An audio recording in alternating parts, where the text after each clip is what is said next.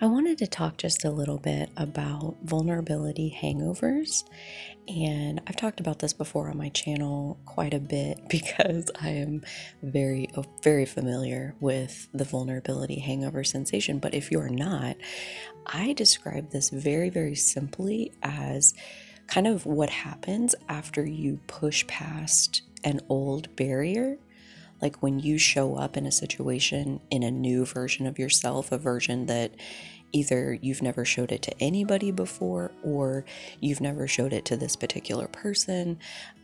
Whatever it is, you pushed past what once was, and now on the other side of it, there are basically growing pains is kind of how I think about it. Growing pains like for your soul, for courage. There's a sensation of being stretched beyond where you used to be, and it is a very uncomfortable feeling. It's a feeling of, I don't know if I did that right. Basically the sensation that comes when you have literally nothing to compare it to. There's nothing to compare it to because you've never done that before.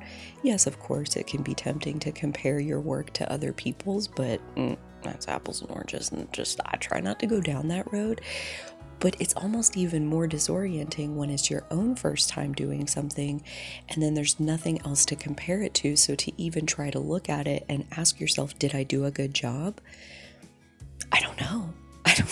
It's a one and done type thing at that point when you're in the vulnerability hangover after the first time doing it. And I also wanted to talk about this because I have come such a long way in my self-confidence, in my self-esteem, and the vulnerability hangovers haven't stopped yet. And so couple of things. One, they're definitely more tolerable and bearable and like just easier to take, easier to surf on top of, because I know that this is what happens after I expand beyond where I was before. So basically it's like normal in my world now, so it doesn't tear me up quite so bad. It helps to have a name for it when you're in the middle of it. You're like, yep, here it is, vulnerability hangover, right on time. But at the same time, when you are engaged in a process of introspection and self-inquiry and wanting to get to the bottom of who am I and what am I here for, also in that work, you're building up beliefs about yourself like, I am good and I do deserve to try. And my personal favorite, that this one is just getting off the ground for me, it's not possible to make a mistake. It's not possible to mess it up. You know, I've had the belief of divine timing for a few years at this point, and beliefs, they take a while to like get strong enough to really take hold. And even once they take hold, like this belief that, you know, I've gotten pretty good at it of it's not possible to make a mistake. When there's divine timing, everything always happens right on time. But that belief, it goes head to head and it contradicts with this fear that I have, this other belief that says, if you're not careful, if you're not prepared enough, if you're not, you know, cautious enough, if you're not whatever, then you are going to mess it up. So I have that belief inside of me, and I also have this other belief that says it's not possible to mess it up. So what does that look like? Well, it looks like they argue with each other from time to time. And you can tell which one is stronger by the way you feel. And in the middle of the vulnerability hangover, like what I'm sitting in this morning, I can tell you that my belief, my fear around potentially doing it wrong is still alive and well. And in this moment, it is a little bit stronger than my belief and my knowing that I can't actually mess it up. And so, because I have these two different beliefs, there is this back and forth. And because the belief about, you know, I could mess it up if I'm not careful, that one is clearly stronger. And here I am going in this vulnerability hangover, this questioning, this self-doubt, this wondering if I did it right or good enough or whatever it is.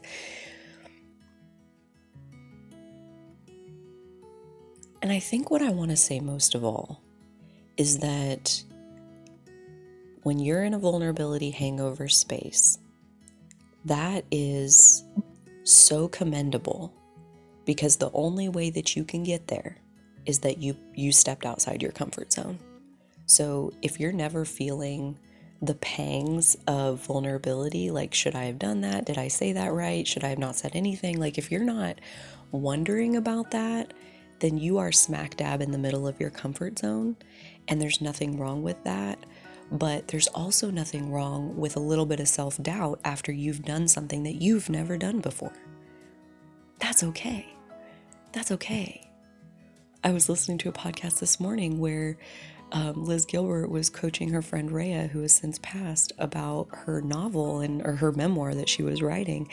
And Rhea was like, couldn't breathe, having a little bit of a panic attack, like around the time it was about to be published. And she's like, I don't know what's happening. I don't know what this is. And Liz looks at her and she's like, you're terrified. And she's like, oh, I'm so terrified. And she's like, yeah, that's okay. It's just terror. It'll pass. That's okay. That just means you made something.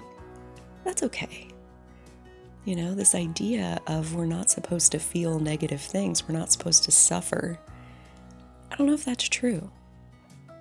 I really don't. I don't personally, at this point, I don't think it's true. I think suffering is part of it. And I think when you step outside your comfort zone, suffering is a very natural part of what you're going to be met with on the other side of doing that, in terms of wondering if you did it correctly.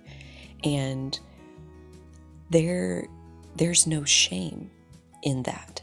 There's no shame in second guessing and wondering if I have enough self-worth in my self-worth bank account to be able to write that check.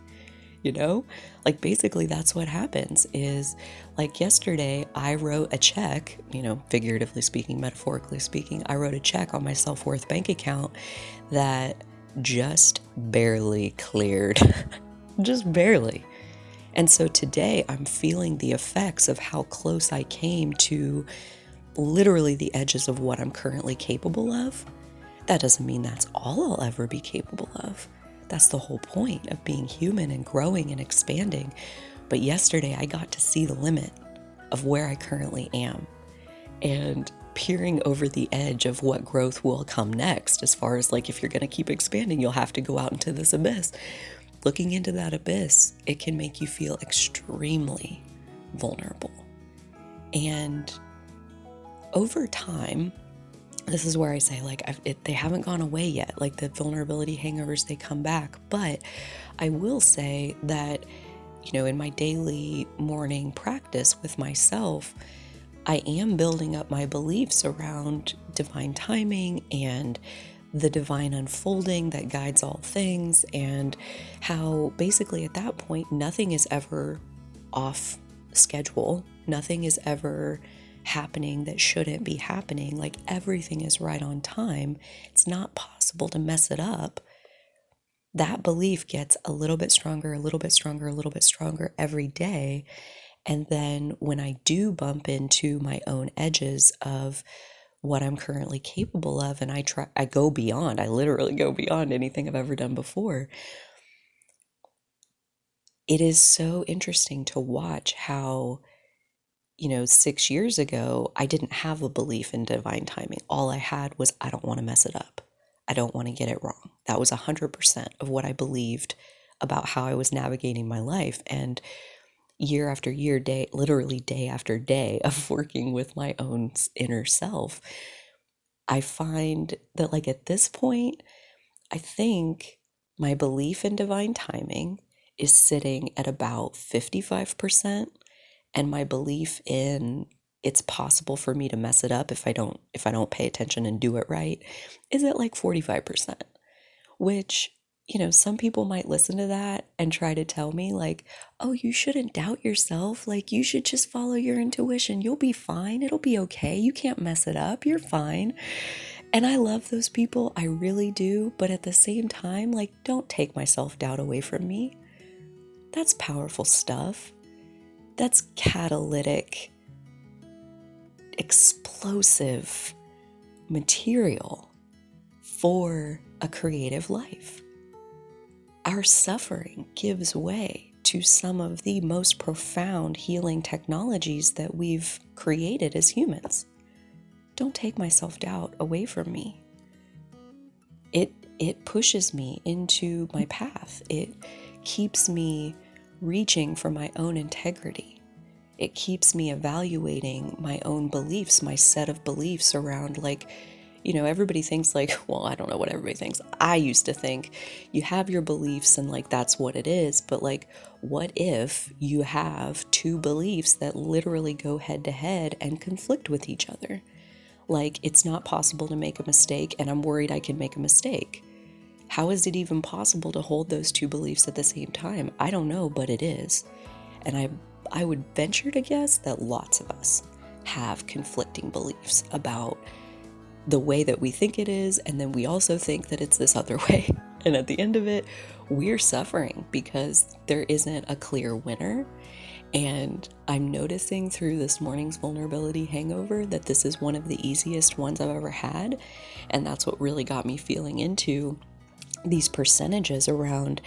I really do feel like my belief in divine timing has tipped the scales into the more dominant belief, rather than my fear of making a mistake is now the weaker belief. It's still there. I woke up this morning with it like in the front of my brain. Maybe not. Maybe it's just the first thought I noticed when I woke up. Maybe that's the first thought that got my attention. But it's still in there.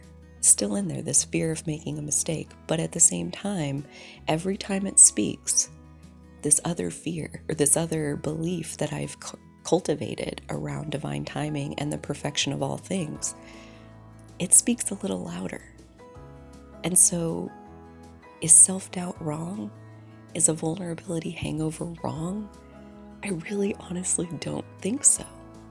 I think it's just the next step of growing into who we were born to be.